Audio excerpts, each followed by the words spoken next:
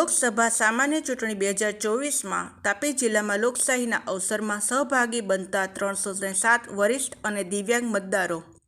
તાપી જિલ્લામાં સમાવિષ્ટ વિધાનસભા મત વિસ્તારમાં 267 વરિષ્ઠ અને 40 દિવ્યાંગ મતદારોએ પોસ્ટલ બેલેટ દ્વારા મતદાન કર્યું. જિલ્લામાં આ વરિષ્ઠ મતદારો તથા દિવ્યાંગ મતદારો પોસ્ટલ બેલેટ દ્વારા મતદાન કરી અન્યો માટે પ્રેરણારૂપ બન્યા. તાપી જિલ્લાના 23 બારડોલી સંસદીય મત વિસ્તારમાં સમાવિષ્ટ તાપી જિલ્લાના 171 વ્યારા અને 172 નિઝર વિધાનસભા મત વિસ્તારમાં સમાવિષ્ટ અનેક દિવ્યાંગ અને વૃદ્ધ નાગરિકોએ દ્વારા હોમ વોટિંગ સુવિધાનો લાભ લઈને મતદાન કર્યું હતું.